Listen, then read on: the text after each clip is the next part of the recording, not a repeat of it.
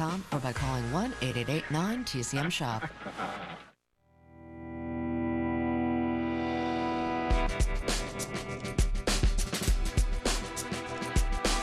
This is a movie I have to watch every couple of years. I love this film for many reasons. Every frame really is a piece of art. But it's really storytelling done so well. It's just a great movie. And essential. The Champ, 1931. One of the things I love most about this film is the parent-child dynamic in which the child is really the parent. Even at the age of only 9, Jackie Cooper gives one of the really great performances on screen. This is a very masculine story, but written by a woman. Great credit for this movie goes not only to the actors and to the writer, but also the man who directed it, King Vidor. Didn't I tell you I wasn't going to drink anymore? I haven't had a drink for 3 weeks. And you know I wouldn't take a drink going to meet them promoters tonight, don't you? Goodbye.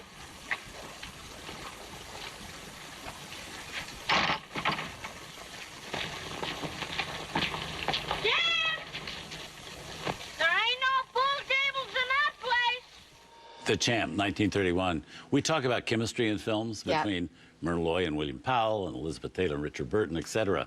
The great chemistry in this movie is between Wallace Beery, you know, a man in his 40s, and 9-year-old Jackie Cooper. Yep. I mean, as a father and son, such great chemistry between them. The remarkable thing is they're so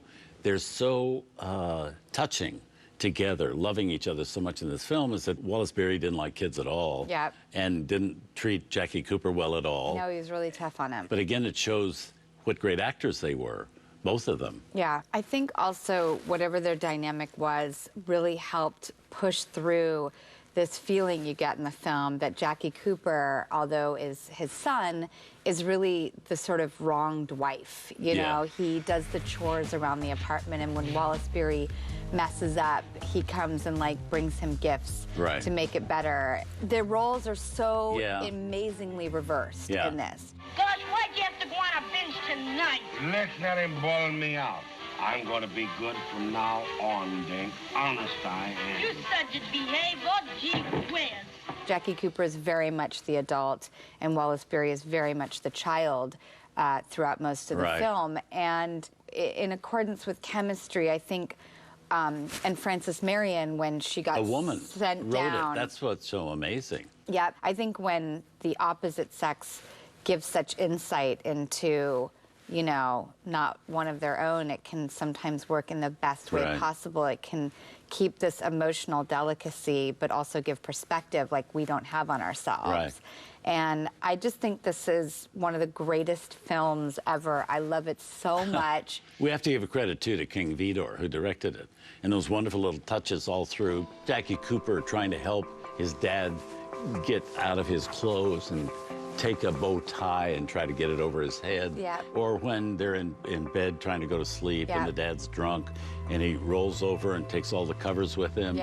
So he just snuggles in next to his dad. So many touches all the way through. Really, really beautiful. And King Vidor does this so wonderfully in this film and also in Stella Dallas, which we also have this year.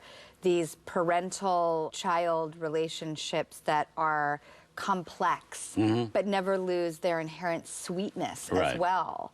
I could not love this movie more. It really is one of these films also that reminds me, and I think this was a big part of Frances Marion's argument to an Irving Thalberg when she was saying, I want to make this story, is that love stories that are not traditionally between a man and a woman are sometimes the most powerful. Like Paper Moon or Planes, Trains, and Automobiles.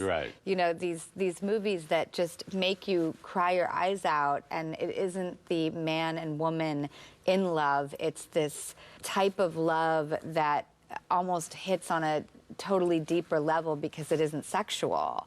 And those are some of my favorite films ever made. Yeah. Let's see the movie. Okay. Here it is with an Academy Award-winning script by Frances Marion from 1931, The Champ.